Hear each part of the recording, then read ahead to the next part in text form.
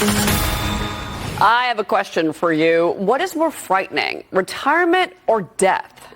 Believe it or not, according to a new survey by Live Career, 61% of workers fear retirement more.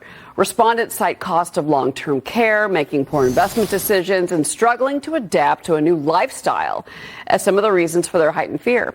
Joining me now, Nicholas Wealth Management President David Nicholas, to react to all of this. First off, these numbers are sad that we are so afraid of retirement. But what would you say to someone that is really nervous about the retirement right now? Yeah, sure. And I get the fear, right? When you just turn on the TV and you just see the insane spending that's coming out of Washington that's led to inflation, you got geopolitical risks that cause concern, you got economic fears. All of this, I think, impacts retirees more than probably any other group of Americans.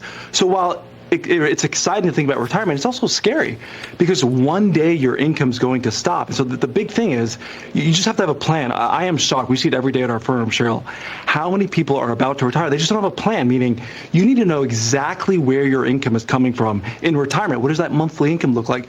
What can your investments generate? So that's the big thing. But also, what about taxes? What about Social Security? Or do you have plans to cover all these areas? And I just think, Cheryl, investors are going to have to get creative.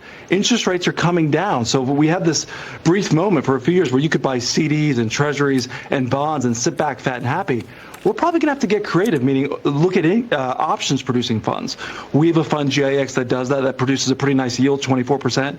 But investors are going to have to look at and get creative to generate income. Well, the majority of respondents in this survey, I thought this was really interesting. They believe they need between $100,000 and $500,000 to retire. So is there kind of a good rule of thumb to ensure that you're on track? And let me ask you this, and I know it depends on where people live, but if you're in a high-tax, high-value state like a New York, or you could even argue at this point Florida, California, is that enough? Yeah, well, I think this gets right to the heart of it, Cheryl. What does it take to generate $100,000 in retirement, $200,000? At a 4%, if you just take a 4% withdrawal, which is the appropriate rate, you would need $3 million in retirement savings to generate $120,000 a year. And I tell you, most people, if you ask them, have you saved $3 or $4 million for retirement? The answer to that is no. And so I think there's a very real issue here about inflation has gone up. It's impacting retirees. Well, what do we do about it? And God forbid we have a recession. If you look at the last 10 recessions, the average loss is 30%, but we've seen some years as much as 50%.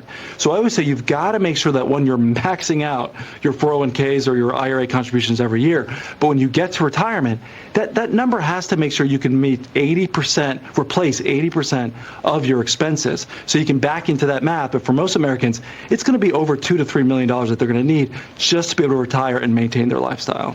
Also, too, 82% of people say that debt could impact their retirement. So if this is weighing so heavily on potential retirees now, what do you think that says about future generations, especially the younger generation? We're seeing Gen Z and even pieces of the millennial generation that are really going out there and spending on credit cards. They want experiences. You want to travel. After COVID, they went out and did revenge travel and all that. But that might be setting them up for failure, I would think, at some point.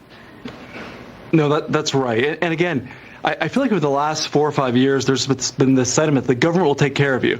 Don't worry about it. You can be reckless. You can spend. You'll have Social Security. The government will take care of you one day. And I think that's wrong. I think for young Americans, if you're under 40, the odds that you get Social Security in its current state are very low. So I think younger Americans even more so need to make sure that they are prepared for retirement. I'll tell you this, Cheryl.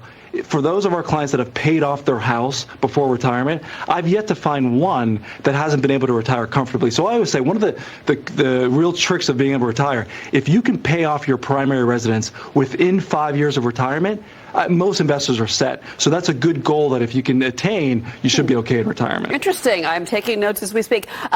David, really interesting topic, and certainly, considering where the economy is and where we might be heading next month, I think this is a good topic to discuss right now. David, thank you.